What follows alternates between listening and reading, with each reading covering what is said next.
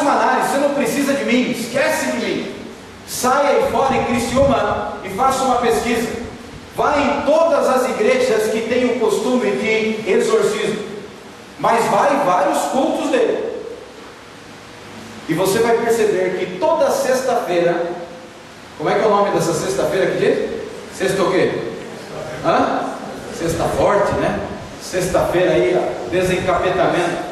Pode perceber que toda sexta-feira você vai ver, comece aí, mas faça uma sequência, que a mesma... Oi? Não entendi? Descarrego. Mas é a sexta forte também. Terça-feira. Depende da igreja. Na Universal é na terça, mas tem igrejas que é na sexta.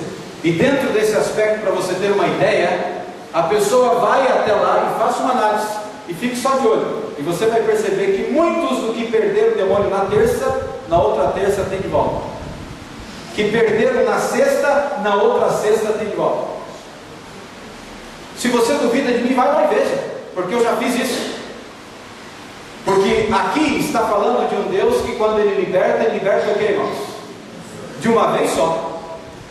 Agora entenda, olha para cá, entenda. Alguns às vezes ficam chateados comigo e parece que pensam que eu estou falando da pessoa. Não, eu não falo de pessoa nenhuma.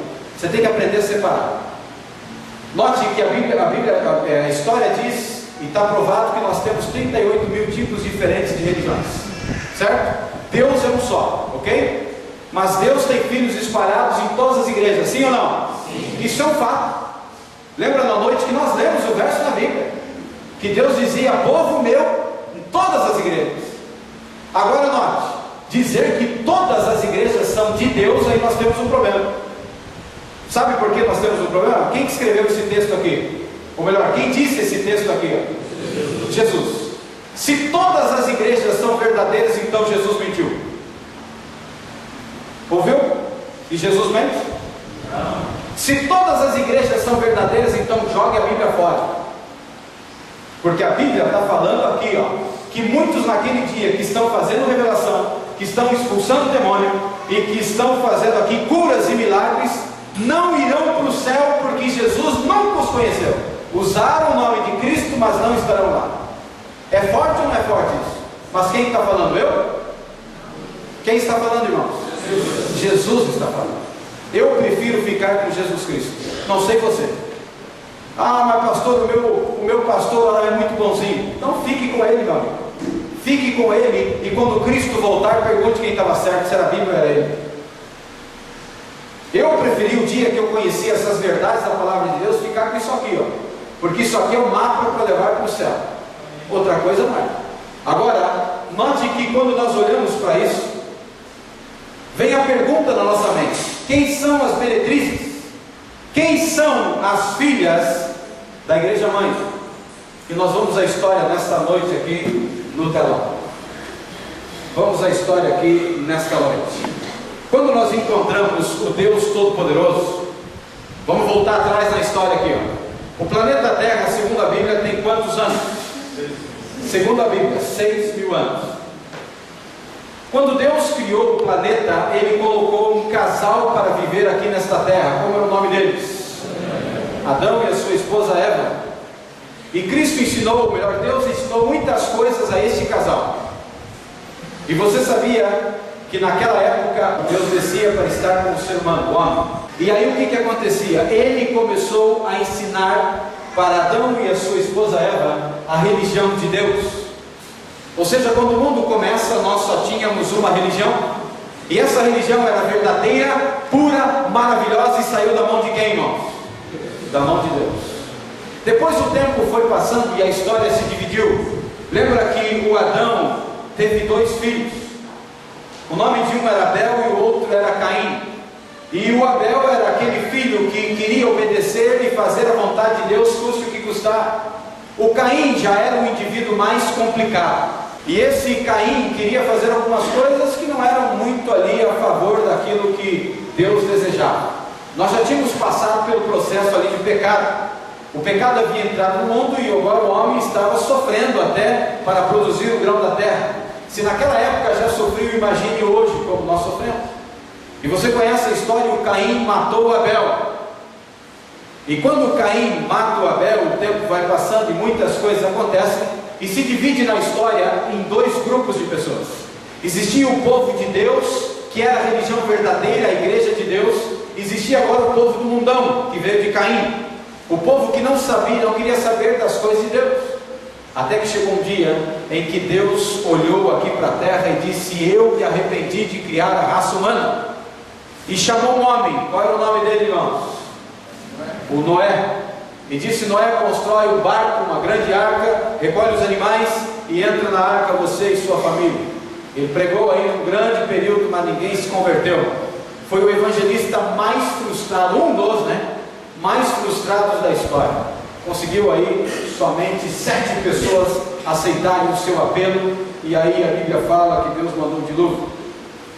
A história continua e o povo está bem complicado, mas ainda existe a religião de Deus, a religião pura que saiu de Deus, e existe o povo do mundo que não quer saber de Deus.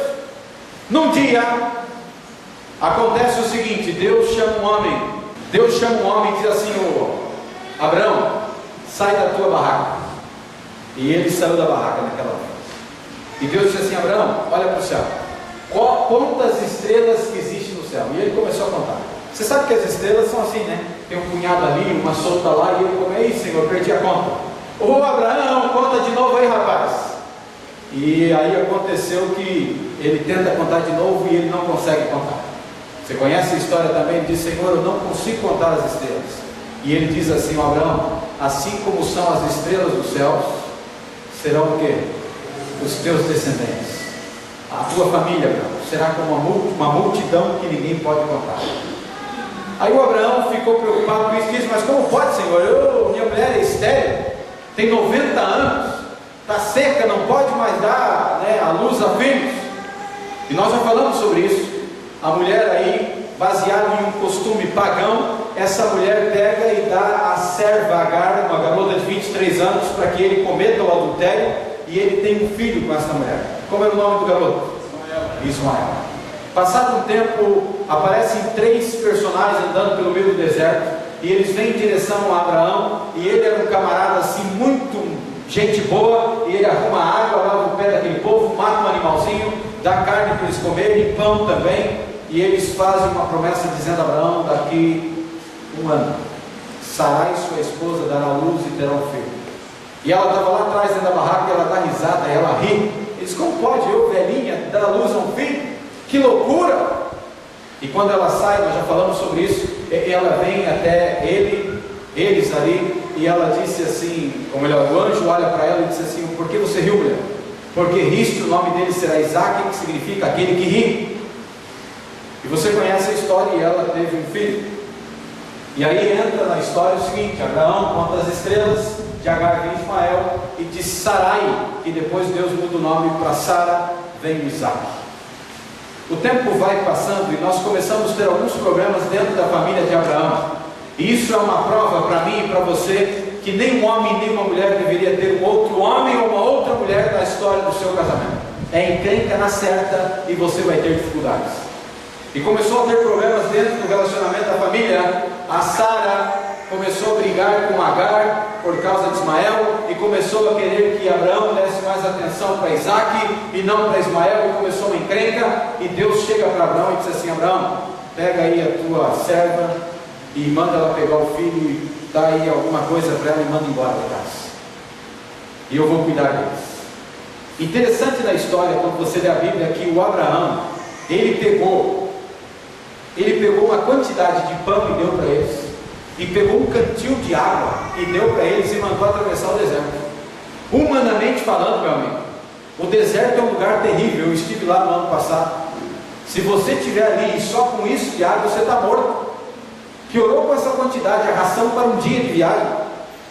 Aparentemente representava que Abraão queria que eles morressem, mas se cumpriu uma promessa linda, porque Deus, no momento em que eles estavam morrendo, a Bíblia conta a história, a mulher solta o filho num canto e vai até um outro determinado lugar, desesperada, começa a chorar porque viu o filho morrendo.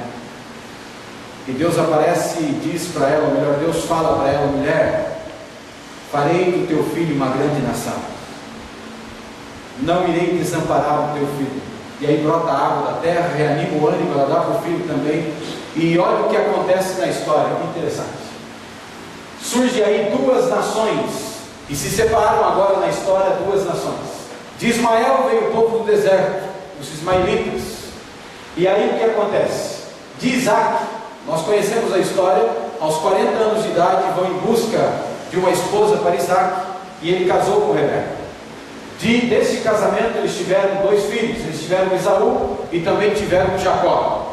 Esse Esaú, para você ter uma ideia, era um camarada que era forte, era caçador, era aquele filho que todo pai gostaria de ter. Era aquele indivíduo assim, muito especial. O Jacó já começa pelo nome dele. Já era uma encrenca, era o filho da mamãe, era o filho mais paparicado. E aí começa a encrenca aqui, porque o nome de Jacó significa enganador, trapaceiro. Aquele camarada assim que empresta e não devolve. Aquele que dá cheque sem fundo. Aquele camarada nó cego, rapaz, que é uma encrenca você fazer negócio com ele. E esse era o significado aí do Jacó, aí, desse enganador. Mas aconteceu o seguinte: havia uma promessa de Deus, quando ele manda contar as estrelas do céu, ele diz que faria de Abraão uma grande nação. Ele faria de Abraão uma grande nação, e a história estava meio complicada, mas aí aconteceu algo na história assim, que chama a nossa atenção.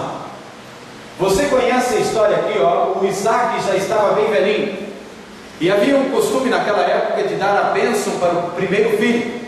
E o primogênito aqui na história era o Esaú, que herdaria toda a herança, e para o Jacó não sobraria nada. Você conhece a história? Ele engana o pai, se vestindo assim com algumas peles, ajudado pela mãe. O pai estava cego e ele rouba o direito de primogenitura. O Esaú quer matar o irmão, mas em respeito ao pai, ele aguenta um tempo e nesse período Jacó foge. E Jacó vai para um outro lugar aí, bem distante. E nesse lugar que Jacó vai, ele se apaixona por uma garota chamada Raquel. E o Labão, que era o tio dele, diz assim: eu vou te dar essa filha se você trabalhar para mim. Trabalha por ela 7 anos, eu te darei ela como esposo. E ele trabalha 7 anos pelo amor daquela mulher. No final de 7 anos, o pai dá outra filha no lugar. Depois ele diz assim: você me traiu, você me enganou. E ele diz: trabalhe mais 7 anos e eu te darei a Raquel. E ele trabalha mais 7 anos, mas na noite, ou melhor, na semana aí, terminando a semana de núpcias do primeiro casamento, ele já leva a Raquel para casa. Nesse período da história, para vocês terem uma noção, o Esaú jurou matar o irmão Jacó. Ele começa a retornar para a sua terra, e ele enriqueceu muito naquele lugar. Só que a Raquel não podia ter filhos, também comete o mesmo pecado ali, comete o mesmo erro, e também começa a dar as servas, e depois a outra esposa também dá as servas. E o que acontece na história é o seguinte: na história, retornando para casa, ele descobre que o irmão quer matá-lo. E numa noite no vale de Jaboque, ele para ali e ele descobre que o irmão ali está querendo matar ele. E ele então começa a se desesperar. E ele manda uma comitiva de animais para abrandar o coração do irmão. E naquela noite ele tem um encontro com um anjo. E ele luta com aquele anjo a noite inteira. E luta com aquele anjo. E o anjo diz: me solta, rapaz. Ele diz: eu só vou soltar você se você me abençoar. Eu não aguento mais ser Jacó. Eu não aguento mais ser esse nome trapaceiro, encrenqueiro, pica-fumo. Muda meu nome, me abençoa. O meu nome significa um nome de maldição. E aí quando acontece isso na história, quando está quase amanhecendo o dia, o anjo disse: por favor, me deixe ir, que está amanhecendo o dia. E ele disse: eu só solto você se você me abençoar. E o anjo diz: então eu te abençoo, a partir de hoje teu nome será Israel. E ele deu um apertão assim na coxa de Jacó, e ele ficou meio manco da coxa, ficou deficiente. E é por isso que até hoje o povo de Israel não come da parte da coxa do animal ali, porque o anjo apertou na coxa de Jacó.